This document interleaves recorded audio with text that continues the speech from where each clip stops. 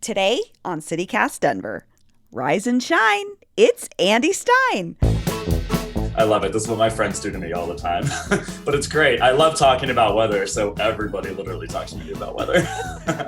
Our favorite weatherman is back, and he's been following the latest push to change daylight saving time here in Colorado. A bill working its way through the legislature would make daylight saving time permanent, meaning no more changing the clocks twice a year. We would just keep this arbitrary version of time we're currently living in right now forever. And the battle lines between early birds and night owls have been drawn. So Andy's here to break it all down. Today is Thursday, April 7th, 2022. I'm Bree Davies, and this is CityCast Denver.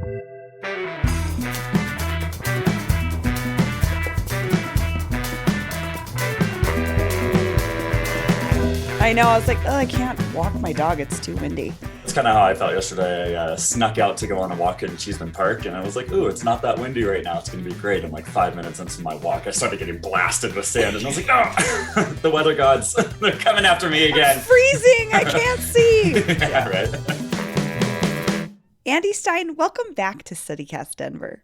Thanks so much. I'm so happy to see you again. So we're talking about daylight saving time, which also I called daylight savings time most of my life. Is that just like a colloquial thing that people do? I think it's just colloquial. Yeah, I think a lot of people want to say it's daylight savings. I think it just rolls off the tongue easier. I actually don't know why it's just daylight saving, because I guess you can't really do savings.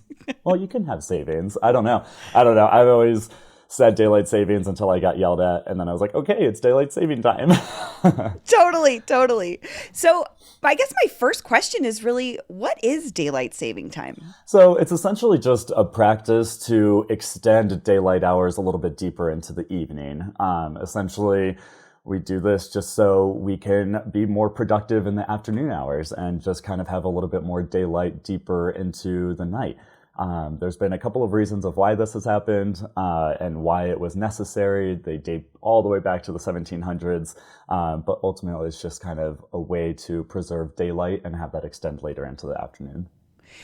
I feel like I've heard too that daylight saving time is something that originated with farming, but it sounds like maybe that's not the case. What were sort of the origins of it beyond like this idea of giving us more time in the day, but like, is there industry or something related to that? So there was this, and it's actually a big myth that it's for farming, because the farmers actually like to roll with the clock of the sun rather than anything else other than that. So farmers actually don't really like daylight saving time. They like standard time because they like to follow solar noon. So what this kind of dated back to in the 1700s was Benjamin Franklin had this brilliant idea of changing the clocks a little bit so we could preserve the amount of candles that are used.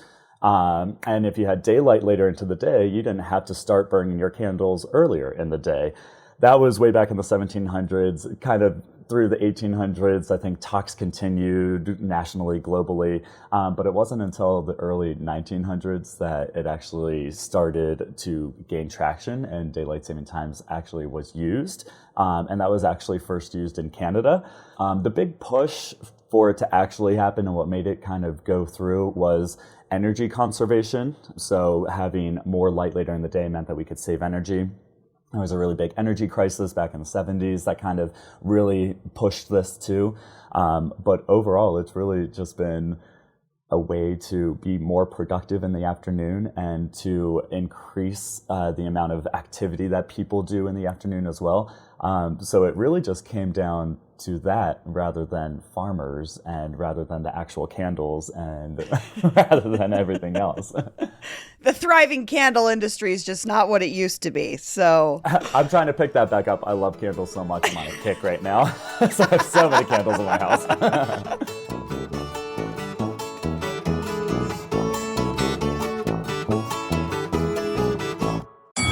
Halliday presents, in the red corner, the undisputed, undefeated Weed Whacker Guy. Champion of hurling grass and pollen everywhere. And in the blue corner, the challenger, extra strength Halliday. Eye drops that work all day to prevent the release of histamines that cause itchy allergy eyes. And the winner by knockout is Pattaday! Pattaday, bring it on! So there's this bill in Colorado that would basically make this change to daylight saving time. Like it would make it permanent in Colorado, meaning we would just stay an hour ahead in the winter and never change our clocks again. But this also isn't the first time the idea has been floated. Andy, can you give me a little backstory on why this is something that Coloradans want to change? Well, I think the majority of Coloradans are really just annoyed that they have to change their clocks 2 times a year. Totally. Yeah, you and I can attest to. It's just super frustrating to change your clocks, and I think that is really the bigger push here. The ski industry has actually been pushing back on that because they don't want to see that change. Because the operations of a ski area, you have to worry about your terrain, especially after a snowstorm and avalanche control. And the best way to do that is visually. And if you don't have any light to visually see that, you have to wait for that light to come up. And that means that all of the operations, kind of the safety control that happens early in the day before the ski resorts open, will have to get pushed back quite a bit because it is a safety concern for sure. A lot of the ski areas open at 9 o'clock, and with the current way that it is, they have about an hour and a half to prepare the mountain. If we were to keep daylight saving time through the winter, they would probably only have 10 to 20, maybe 30 minutes to get all this stuff done. And that is just not enough time to cover an entire mountain, no matter what size of the ski hill it is. And so what would likely have to happen is they would need to push their hours of operations back and maybe open at 10 a.m. during the winter time instead. From a control standpoint, I get why the ski areas don't really want to do this because it pushes back when their first skiers and riders can come onto the mountain. Of course, the inverse is that is they'd be able to stay open an hour later.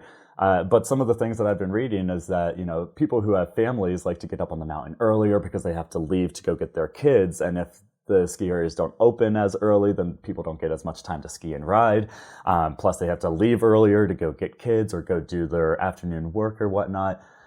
So from an industry standpoint, there's been differentiating kind of reasons for opposing this.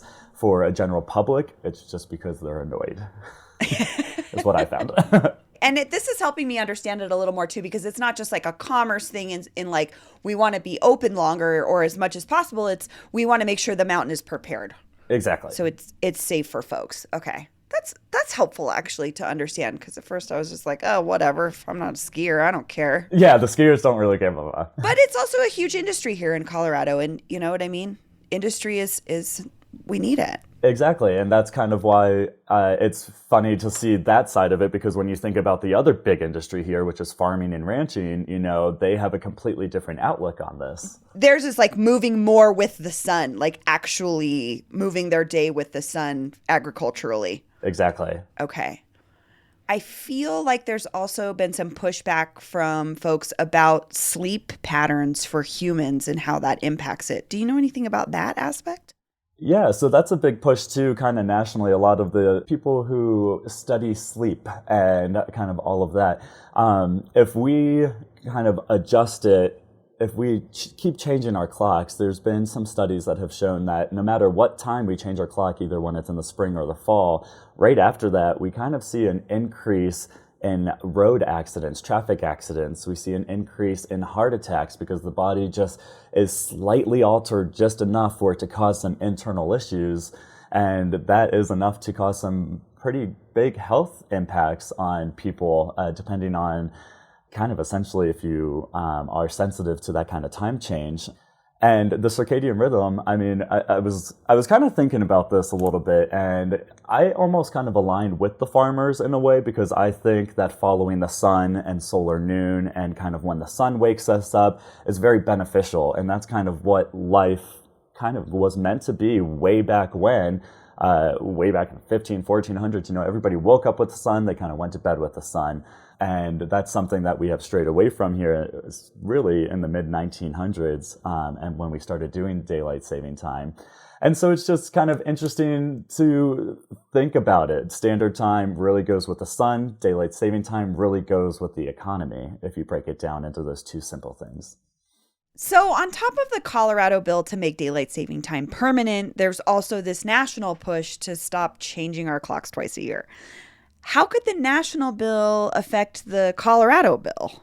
So essentially, Colorado is only going to pass this law if it's passed nationally. The other caveat to this is that Colorado will agree to stick with daylight saving time if 4 other states within the Mountain Time Zone agree to do this as well. Wyoming and Utah have already agreed to do this, but we need 4 of them. So we need New Mexico, we need Idaho or Montana. But essentially, if the U.S. doesn't pass this, Colorado can still pass this as long as 4 other states within the Mountain Time Zone agree. And that basically just levels the playing field of the ski industry and a couple other industries across the Mountain Time Zones. Okay. That makes sense because like Idaho's obviously a big ski place as well. That's interesting because I'm also just thinking about how Arizona doesn't do it anyway, right? They're like in their own... They are in their own thing, which always baffled me because I don't really understand how everybody can change the time when they go in and out of that state. I can't comprehend that either. I'm actually going to Arizona on Friday, and I was like, oh, interesting. Right. Another interesting fact really quick, too, because the Mountain Time Zone really spreads from the western edges of the Dakotas all the way to Idaho. But since we're kind of on the eastern edge of the Mountain Time Zone, our sunrises won't be impacted as much as, say, Idaho's. In Boise, their sun probably won't come up until after 9 a.m. because of where they're situated within the Mountain Time Zone. So it's really going to impact them.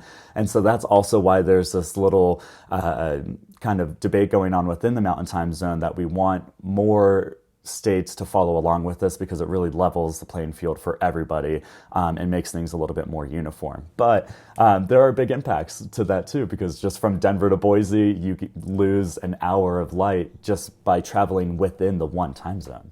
Whoa. Right? So this it's just much bigger than I had thought. It's just us. I thought it was just us complaining about losing an hour of sleep. Well, a lot of times it is, but... Well, Andy Stein, thank you so much for joining me. You're welcome. I hope I answered a lot of your questions about daylight saving. Totally.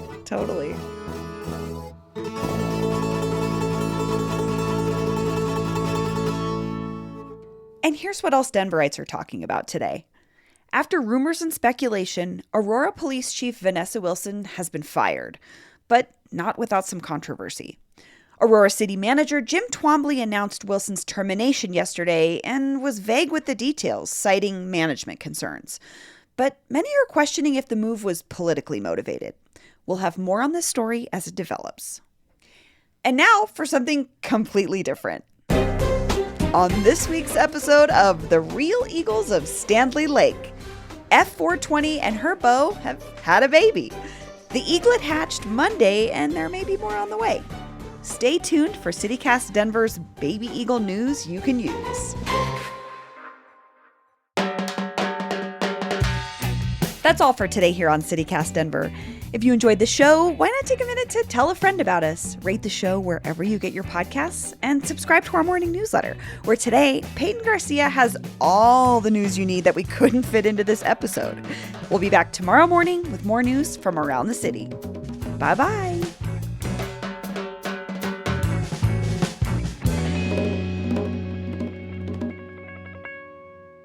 Oh, I will tell you too, I should just make some for you. I make a essential oil room spray that's like sage and juniper and just water and witch hazel. And I use that all the time, and it's not bad for like the animals or your, in my case, babies.